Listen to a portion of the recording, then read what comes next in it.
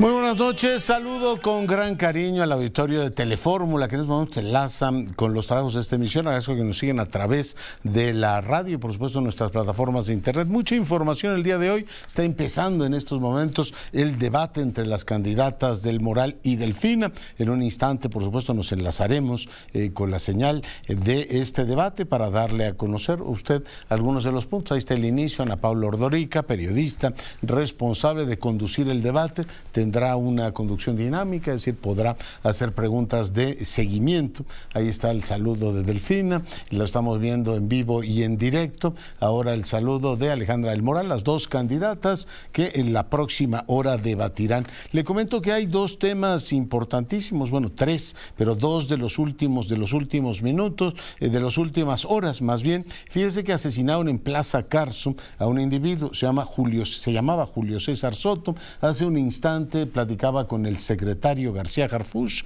y me decía lo siguiente. Primero hubo algunos reportes si había sido un asalto, había la especulación si había sido un asalto y sabemos que no es así.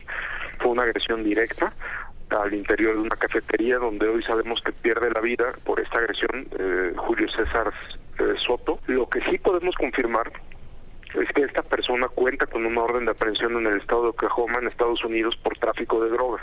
Bueno, pues parte de lo que me dijo hace un instante. Le comento también que Christian von Rohrig, usted recuerda quien fuera alcalde de Benito Juárez y coordinador de los diputados panistas, acusado de estar en la liga de el que llaman cártel inmobiliario, fue detenido cuando trataba de ingresar a los Estados Unidos, fue detenido en Reynosa, está ya en este caso puesto a disposición de las autoridades, viaja hacia la Ciudad de México donde tendrá que declarar. Le comento en más información que el presidente de la República hace un ratito también dio a conocer que ya hay cliente para el avión presidencial, el TP-01, se vende a Tayikistán. Estuvo pues ahí con el titular de Banobras, Jorge Mendoza, con el secretario de la Defensa Nacional, Luis Crescencio Sandoval, anunciando que ya finalmente se vende este aparato que era el avión presidencial. Ahí están las imágenes del video que subió el presidente hace un rato. También hay otro video de otro vuelo, pero es el Starship de Elon Musk, que lamentablemente para su interés explotó. No es una cuestión menor para los proyectos de esa empresa. Zelensky el día de hoy habló ante diputados. Hace un momento platicaba con el presidente de la Cámara de Diputados, Santiago Krill. Él mostraba pues la complacencia de que el líder ucraniano, que como usted sabe defiende su país, el líder de la defensa de su país frente a la invasión rusa, hoy fue recibido. Vemos en pantalla también a Salomón Chertorivsky y a otros legisladores que recibieron al presidente ucraniano en presencia también de legisladores y de embajadores. El presidente de la República recibió a la familia de Julian Assange en un gesto nuevamente de solidaridad o de cercanía con esa causa. Vamos a hacer una brevísima pausa, estamos de regreso en un instante.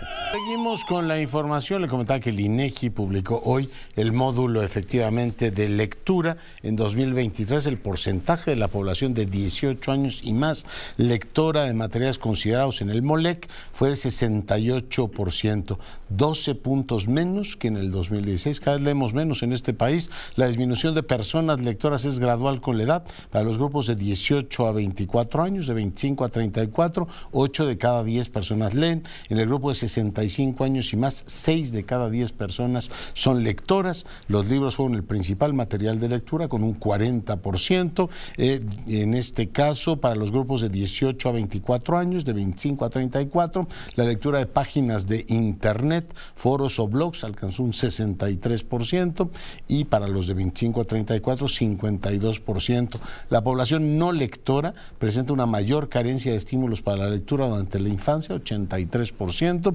Declaró que sus padres o tutores no los llevan a bibliotecas o librerías, tampoco tienen libros en sus casas, 83%. Es que es increíble las carencias que tenemos en este país. 79% dijo que sus padres o tutores no leían, lo cual pues tampoco sorprende, y 68% no veían nunca a sus padres o tutores leer. Así es que si ya leíamos poco en el 16, ahora se lee menos, 68%. Una estrategia en algún momento, ¿no?, de promoción de la lectura. que visiblemente pues no ha tenido el impacto que se quería. Tenemos una población bastante menos atenta a los temas, a la lectura.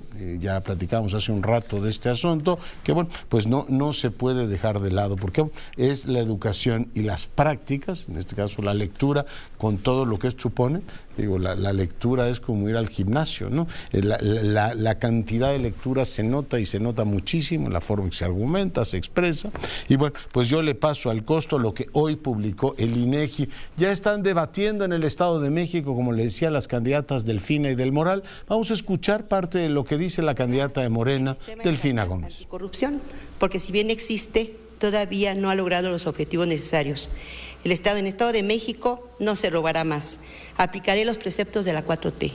No robar, no mentir y no traicionar al pueblo. Junto con ello también se realizarán y trabajarán el gobierno digital, que es algo que nos pidieron nuestros empresarios cuando tuvimos la reunión, para la realización de trámites, y habrá sanciones duras para servidores públicos que roben. Otra acción será establecer la figura de ratificación de mandato para la titular del Ejecutivo Estatal. Si el pueblo pone, que el pueblo quite. Se eliminarán los gastos innecesarios mediante una política. Ya basta de tanto privilegio y tanto lujo a costa del pueblo. Basta de abusos y de humillar al pueblo mexiquense. Y por ello, que les quede claro, a todas y todos, se les acabó la robadera. El pueblo ya tiene un derecho, que es el de ejercer de manera precisa y clara todos sus recursos que tiene y que son producto de sus impuestos. La candidata de Morena, Delfina Gómez, al gobierno del Estado de México. Doy ahora la más cordial bienvenida al senador Cravioto. Senador, ¿cómo estás? Buenas noches. Senador Cravioto, buenas noches. No lo tengo. Buenas noches. ¿Qué tal, senador? Buenas noches. ¿Cómo estás, Leonardo? Buenas noches, a la orden. Bueno, pues preguntarte cómo van las cosas, qué es lo que está ocurriendo en el Senado, porque está paralizado el nombramiento de los comisionados del INAI. Hoy leíamos, César, que tanto el de Derechos Humanos de la ONU como Pedro Vaca, relator del comité, en este caso de la Comisión Interamericana de Derechos Humanos, les hace un llamado respetuoso a los senadores para que agilicen los nombramientos. Cuéntale al auditorio qué está ocurriendo. Bueno, lo que está ocurriendo es que hay más de 76 nombramientos detenidos en el Senado de la República que requieren 2/3 partes de la votación. Esto es los votos de Morena, de los grupos parlamentarios aliados, pero también necesitamos votos de la oposición para llegar a estas 2/3 partes.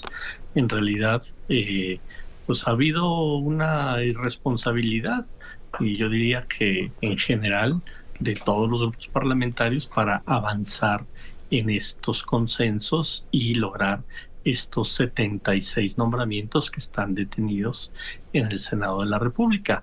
En las últimas semanas se ha concentrado mucho el tema del INAI, pero pues no solo es el INAI, o sea, hay, por ejemplo, 47 magistrados de los tribunales electorales, tanto de los estados de la República como de las 5 regionales que tiene el Tribunal Electoral, que no han salido. Hace unos meses la oposición se desgarraba las vestiduras hablando de la democracia, etcétera, pero no han puesto su granito de arena para que salgan estos nombramientos, porque el que no haya tantos magistrados nombrados o que haya tantas vacantes de magistrados, pues obviamente afecta. Ahorita pasaste el pedacito del debate que hay en el Estado de México. Bueno, pues en el Estado de México faltan magistrados, en Coahuila faltan magistrados, y estamos en pleno proceso electoral. ¿Y qué está pasando, César? ¿Falta diálogo, negociación en la Junta de Coordinación Política? Pues sí, porque mira, creo que en este momento que está viviendo el país, tienen que cambiar las formas, y ya estas formas de que coordinadores parlamentarios digan: este nombramiento es para mí, este nombramiento te lo doy a ti, este va a ser aliado mío, este es personal de toda la confianza mía, ya no funciona. ¿Qué es lo que pasó con los del INAI, no? Así las cosas. ¿Perdón? ¿Qué es lo que pasó con los dos del INAI que vetó el presidente? Justamente fue lo que pasó. O sea, el coordinador de los del PAN aprovechó la coyuntura por la rapidez de los tiempos y dijo, voy a meter a una compañera que es del PAN, que ya fue candidata a diputada federal por el PAN, que fue candidata suplente por el PAN, que ha estado en distintas legislaturas. ¿Y Monreal el suyo?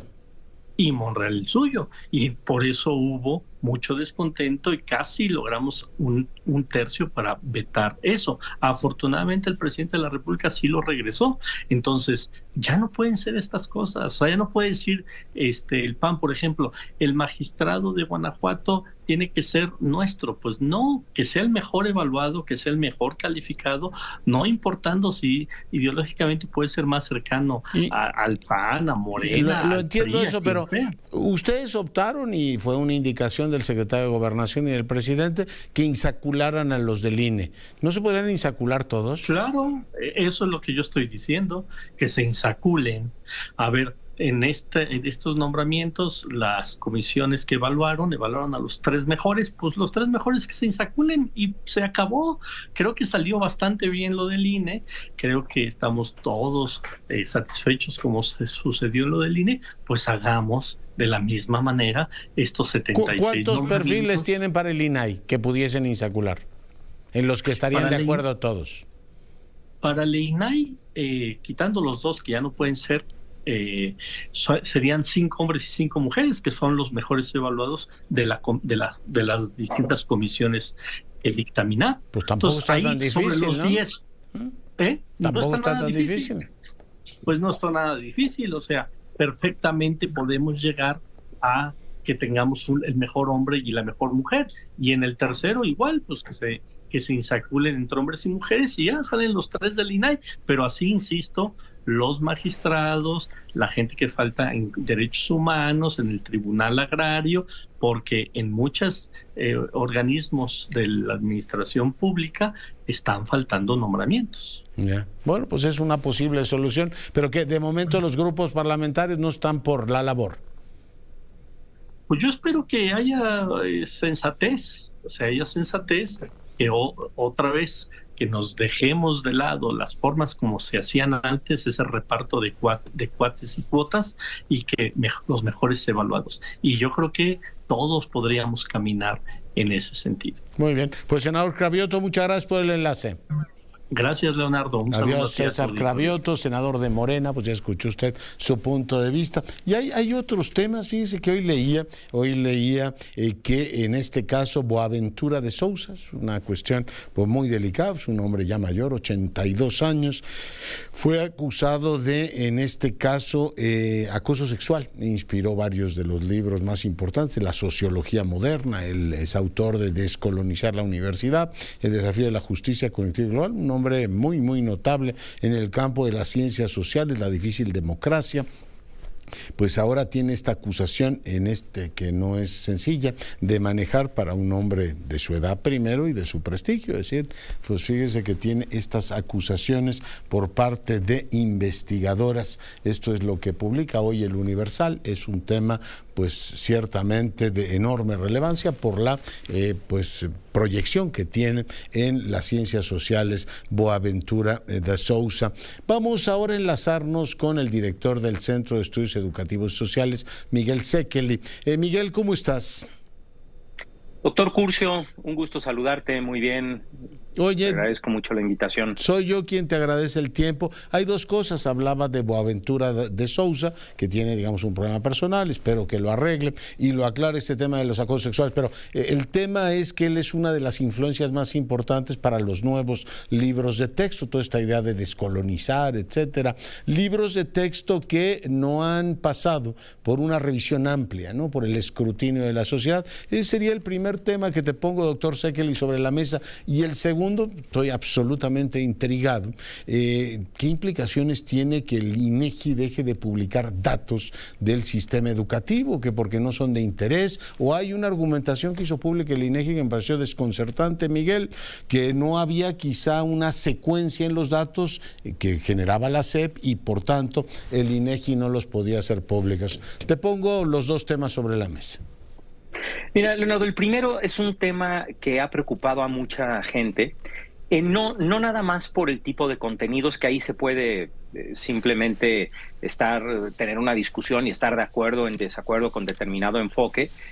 Por ejemplo, a muchos hay un sector de la sociedad a la que el enfoque actual que se ha anunciado que se le quiere dar a los libros de texto, y no están de acuerdo, pero así ha sido siempre. Hay veces que se está de acuerdo o no. Incluso ha habido muchas discusiones alrededor de temas pues que son un poquito espinosos, digamos, ¿no?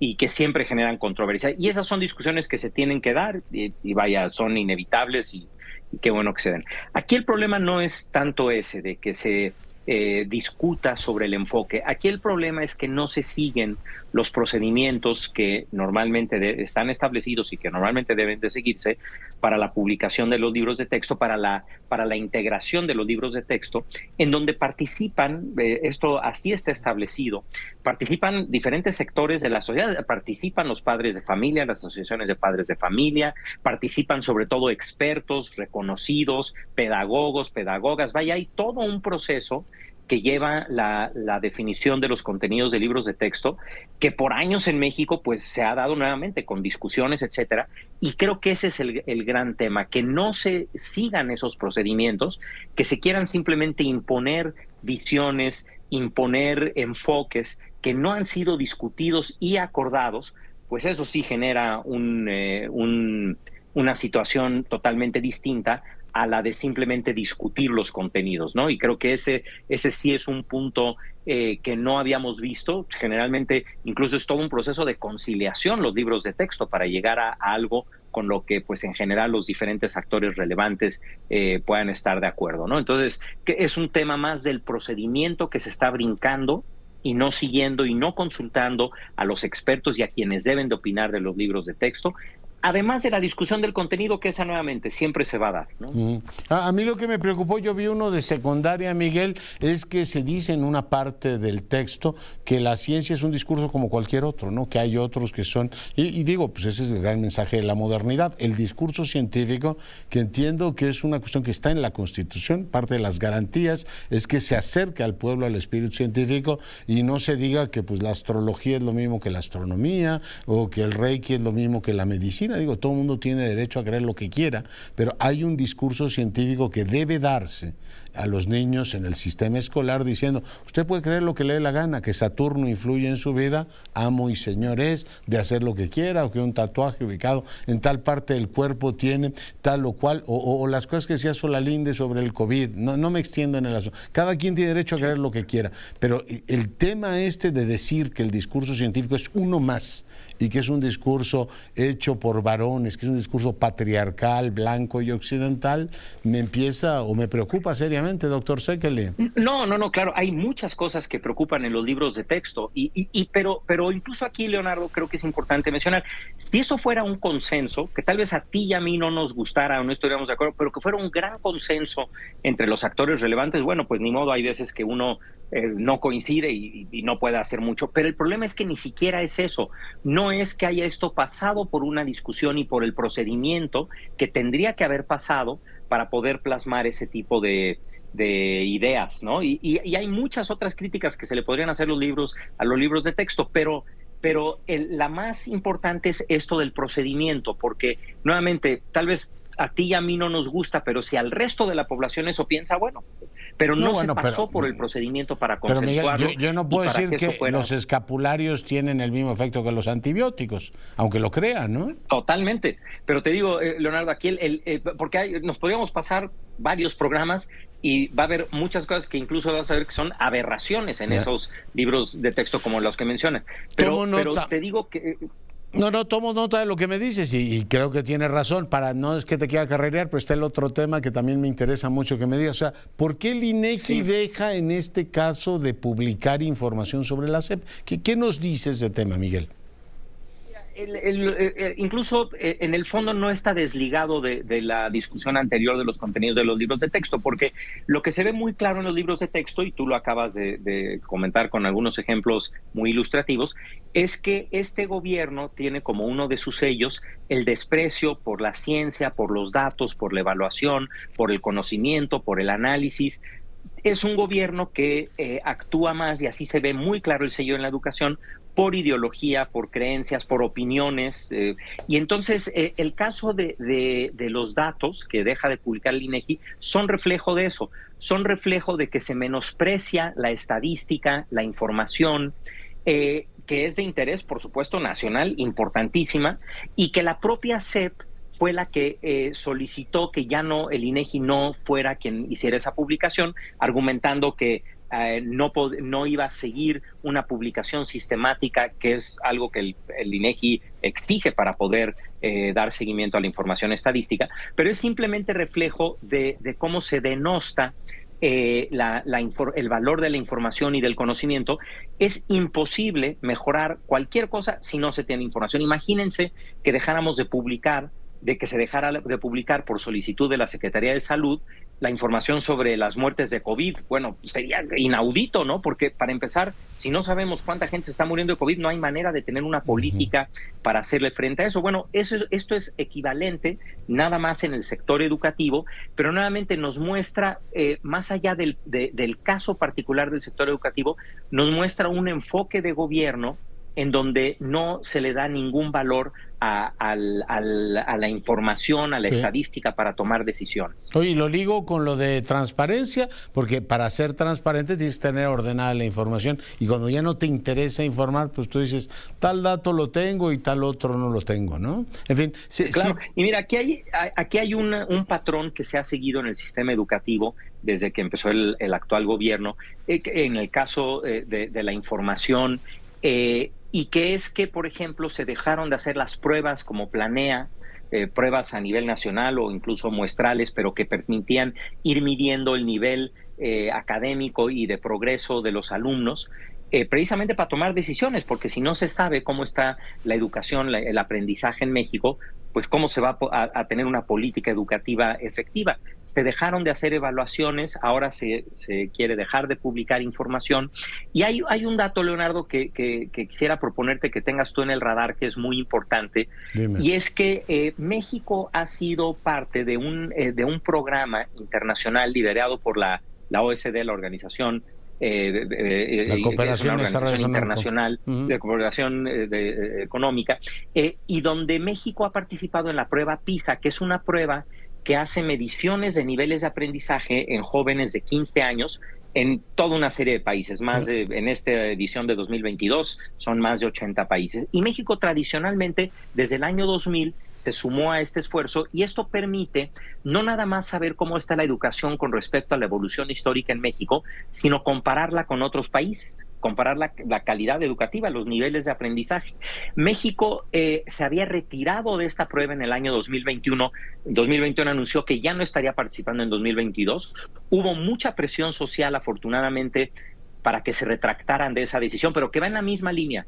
De que no haya transparencia, de que no haya información, no datos, etcétera. Afortunadamente, por esta presión que hubo, México se retractó el gobierno de esa decisión y sí se levantó la prueba PISA en 2022. Y lo que quiero poner en el radar, Leonardo, para apuntarlo para los siguientes meses, es que hacia finales de año se tienen que publicar, y esto es una publicación a nivel mundial, de los resultados de esta prueba PISA, en donde se va a poder comparar a México con todos los países que participan. Pero para que eso suceda, el país que participó, todos los países tienen que aprobar que se publiquen sus resultados. Ya ha habido algunos casos de países que al saber los resultados dicen que no se publique e impiden la publicación, y habría que evitar que en México suceda eso. Yo, como veo el panorama ahorita, eso sería el siguiente paso natural. Mira. Que la OSD diga, vamos a hacer la publicación, y que México no permita, el gobierno la publicación y la comparación internacional. Entonces lo dejo ahí como un dato a seguir en el futuro, Leonardo. Lo tomo, aunque me imagino la respuesta, si sale mal, es que es una organización neoliberal, pero un adelanto que nos dieron investigadores de la Ibero y ustedes mismos en la organización que diriges y Signos Vitales, andábamos con un 78% de los jóvenes de primaria que no lograban, niños de primaria, no jóvenes, también hay datos sobre los jóvenes de secundaria, que las habilidades básicas de matemáticas no las podían resolver. Habíamos subido de 59 a 78%, y lo que tiene que ver con lenguaje y comunicación de 49 a 70%, que son los saldos de la pandemia, Miguel, pero ya tendremos ocasión efectivamente de profundizar en el tema. Te mando un abrazo. Muchas gracias, Leonardo, igualmente. Muchas gracias, gusto saludarles. Bueno, pues ahí está un tema y hace falta información. Espero que haya una movilización de que la información sobre la educación no se toca, igual que se ha movilizado por otras cosas. Enrique de la Madrid, buenas noches. Hola, Enrique. Doctor Curcio, ¿cómo está usted? Bien, ¿y usted? ¿De qué vamos a platicar hoy? Pues yo creo que un poco de los gobiernos de coalición, de cómo sí es mucho más, quizá es lo que hace falta como modelo para realmente poder responder a la pregunta de ¿y por qué ustedes sí lo van a hacer diferente hoy si son los mismos?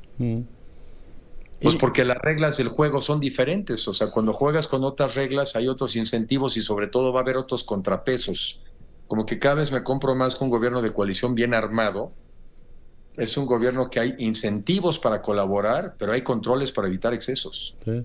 Fue un buen ejercicio el que tuvieron esta semana, Enrique.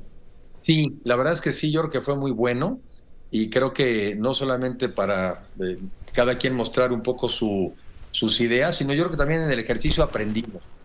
Yo aprendí de otros, aprendí mucho también. O sea que fue un buen ejercicio.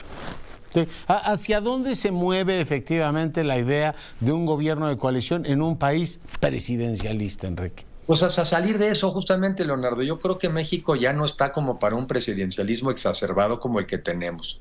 Francamente no funciona, no da. Te lo entiendo en un país que venía saliendo de una revolución, 1928, se necesitaba la unidad, un gobierno quizá que también te impulsara después hacia la industrialización, en fin. Pero un país de 126 millones de mexicanos y de mexicanas, con una sociedad cada vez más plural y más diversa, yo creo que el presidencialismo hoy en día es el principal obstáculo de este país. Bueno, además es quien convoca a la desunión, a la polarización. Entonces, un gobierno de coalición, Leonardo, me parece primero, yo no sé qué fue primero, si el huevo o la gallina, pero todos los países desarrollados, sobre todo de Europa, tienen gobiernos de coalición. Entonces, ¿llegaron a ser desarrollados porque tienen gobiernos de coalición o porque son desarrollados, tienen gobiernos de coalición? La que sea, esa es la que tienen. Y creo que es un gobierno que permitiría escoger a los mejores y a las mejores de la coalición y de la sociedad, que permitiría ponerse de acuerdo hacia las mejores políticas públicas, pero también en sí mismo sería un contrapeso para evitar los excesos de cualquiera.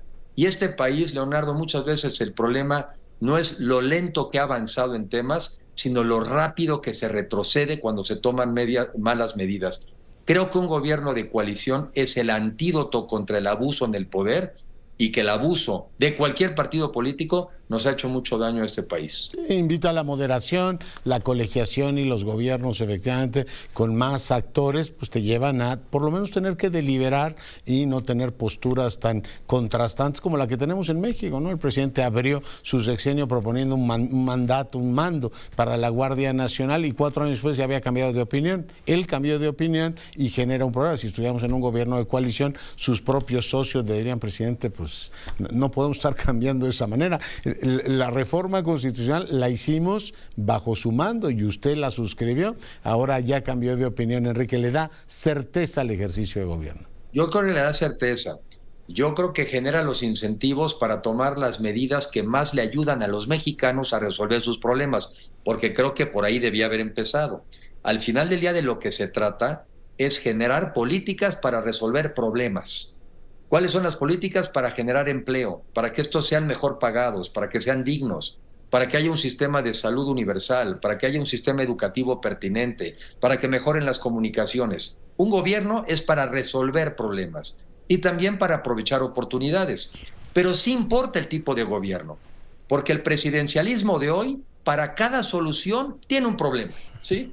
Entonces, sí, o sea, hoy es todo el mundo al revés. Tenemos propuestas para todo y soluciones para todo, pero este gobierno es tan ingenioso que a todo lo vuelve un problema. Por eso necesitamos, entre otras cosas, un gobierno donde nadie pueda hacer, lo que yo digo, yo no quiero un país donde una persona pueda decidir cancelar la obra de infraestructura más importante de América Latina. Alguien que pueda decidir si entra Tesla o no y dónde, o que puede incluso tener inversión extranjera negativa. En lugar de invitarla, la expulsas, la compras. Eso le hace más daño a México que cualquier otra política económica. Entonces creo que el gobierno de coalición es el siguiente paso para poder tener más control, mejores políticas y sobre todo mejorar las condiciones de los mexicanos, Leonardo. Enrique, te mando un gran abrazo, gracias por el comentario. Abrazo para ti y para el auditorio. Abrazo, pausa.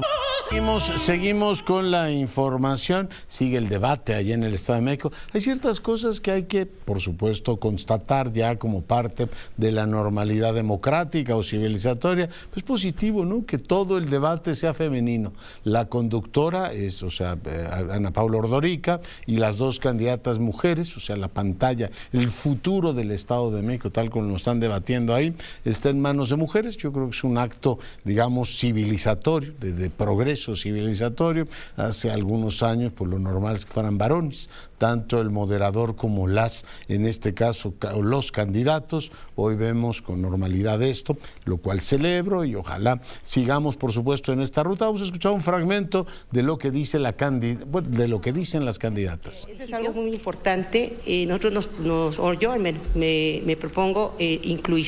Efectivamente, ahorita lo que se tiene que hacer es la inclusión.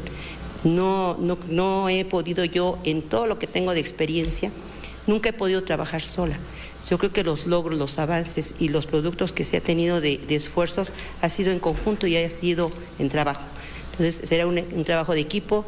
No habla inclusión, se tomará en cuenta a todos porque todos tienen ese derecho y el gobierno tendrá la obligación de atender las necesidades de todos y cada uno de los ciudadanos independientemente del partido al que pertenezca, la fracción que pertenezca. Entonces, los caminos del sur los entendemos más como caminos rurales y su mejoramiento. Sí. En cuanto a transporte público, ¿qué en específico se planea hacer y cuándo podrán ver una diferencia los mexiquenses si usted gana la elección? Claro. En el transporte público, lo primero que partimos es escuchar a los transportistas, porque de momento es lo que uno a veces hace las cosas, pero no sabe la realidad de lo que está pasando con los que dan este servicio. ¿Qué es lo que se tendría que hacer primero? Reorganizar todo el transporte público. Hay mucho transporte tolerado, hay mucha desorganización y eso provoca y ha sido gracias precisamente al clientelismo que de momento se tiene, que por querer tener un beneficio les prometen y liberan de manera desmedida algunas unidades, que es lo que ha provocado que exista pues muchísimo problema en lo que es la movilidad. Por ello tendríamos que reorganizar y tendríamos que platicar con este transporte tolerado, tendríamos que platicar con las diferentes organizaciones que representan el transporte y que, por cierto, yo he platicado con ellos de manera muy general y ellos tienen la disposición, y eso es muy importante, de verdad, la ciudadanía tiene la disposición de hacer lo necesario para que todos juntos ganemos, porque al haber un buen transporte, podemos ganar todos. Muchas gracias, candidata. Pasamos ahora a la pregunta en específico para Alejandra del Moral. En tus propuestas, candidata, hablas de rescatar el río Lerma. A mí me sorprende que esto no se haya hecho antes porque solo pasar por ahí, no puedo imaginarme lo que es para los habitantes de esa zona vivir ahí con ese río Lerma y el olor que en los buenos días nada más huele a azufre. ¿Qué es tan complejo de este rescate y cuándo quedará evidente y cuánto costará de ganar tú? ¿Cuándo quedará evidente el rescate y cuánto costará de ganar tú la gubernatura? Muchas gracias. Contestando un poco la pregunta, porque quiero entrar a los temas también de transporte público, el río Lerma será una prioridad, como ya lo mencioné en las en la participación anterior, tendremos que entrarle al tema de rescatar, rehabilitar, perforar todo el sistema de agua en el Estado de México. Fui presidenta municipal a los 25 años y ahí es donde tuve la oportunidad de aprender de los servicios públicos. Los municipios son el prestador más cercano, la administración más cercana a la ciudadanía, así es que hoy puedo decir a los presidentes municipales, a la ciudadanía, que van a contar conmigo. Una gobernadora municipalista que entienda, que esté cerca, una gobernadora de territorio y no de escritorio. Como lo he dicho varias veces, las decisiones se van a tomar en los municipios, para los municipios y con la gente de los municipios.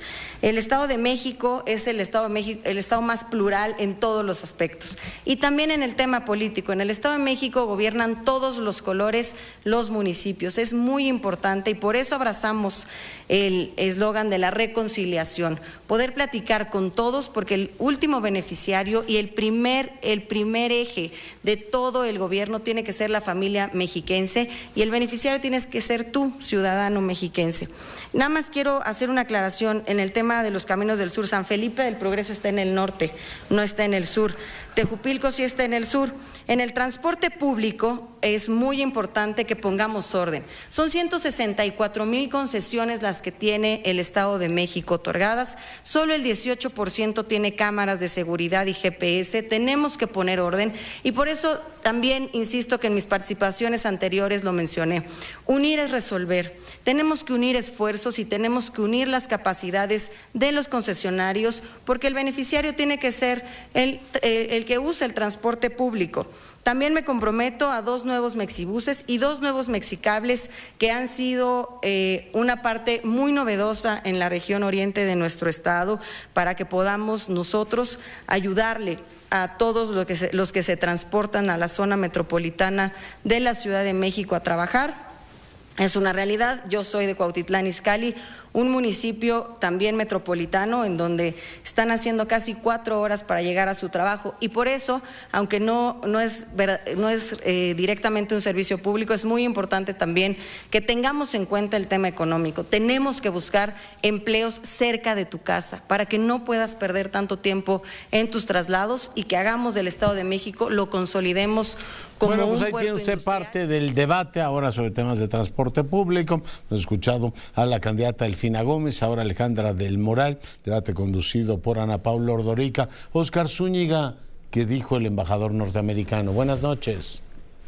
Gracias, Leonardo. ¿Qué tal? Muy buenas noches. Y precisamente México y Estados Unidos seguirán trabajando de manera conjunta en el combate del crimen organizado, señaló el embajador Ken Salazar, eso al indicar que a él le importa los resultados y eso se hará cuando baje el número de armas y también de fentanilo. Escuchamos lo que dijo. La investigación que se llevó a buen resultado fue investigación mundial en China, en Guatemala, en los Estados Unidos. Estas organizaciones criminales operan por el mundo, operan en los Estados Unidos. Por eso el esfuerzo que tenemos nosotros en los Estados Unidos, en los estados, en las ciudades de los Estados Unidos es grande, porque tenemos que quebrar estas redes mundiales. Agregó que la operación mundial en contra del fentanilo se seguirá dando y Estados Unidos está poniendo un esfuerzo importante en ello a fin de quebrar las organizaciones criminales, particularmente el poder de los chapitos. Así lo dijo. A mí lo que me importa son los resultados. Y como lo dije, nosotros sabemos que para la seguridad del pueblo de los Estados Unidos y la seguridad del pueblo de México se requieren los resultados. Los resultados serán cuando bajen el número de armas que están llegando de los Estados Unidos a México.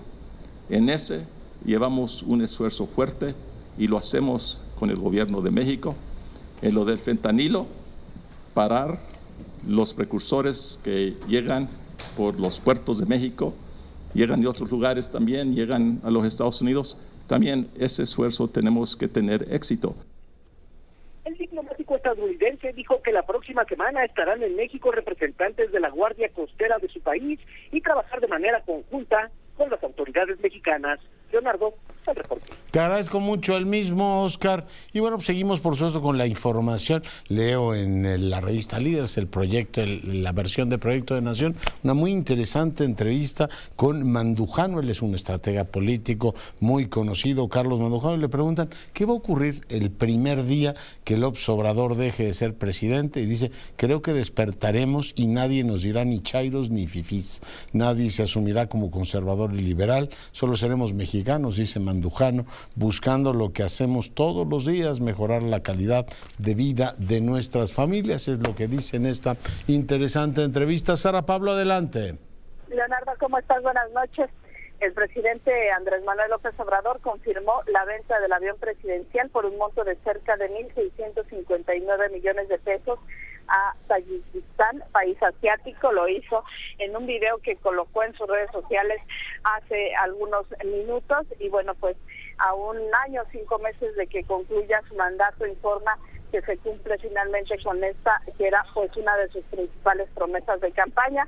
A bordo del avión, acompañado del director de Banobras, Jorge Mendoza, también del secretario de la Defensa Nacional y del titular del Instituto para Devolverle al Pueblo lo Robado, el Ejecutivo informó que este dinero se va a invertir en 2 hospitales, uno en Tlapa, Guerrero, otro en Tuxtepec, Oaxaca, que serán construidos por ingenieros militares e inaugurados antes de terminar el sexenio.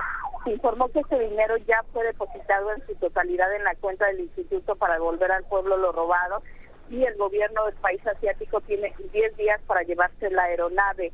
El precio corresponde al avalúo realizado por el Instituto de Administración y Avalúos de Bienes Nacionales, por supuesto muy por debajo de lo que se compró. Después de mucho tiempo se logró vender este avión. Jorge les va a dar los pormenores y pues estamos contentos, estamos como los nuevos ricos que compran un yate o un avión como este y son felices solo el día que lo estrenan y el día que lo venden. 1.600, ¿cuánto dijiste? 1.659 millones. Así es, Leonardo. ¿Y por qué va el del instituto para devolver al pueblo robado y no a la tesorería de la Federación?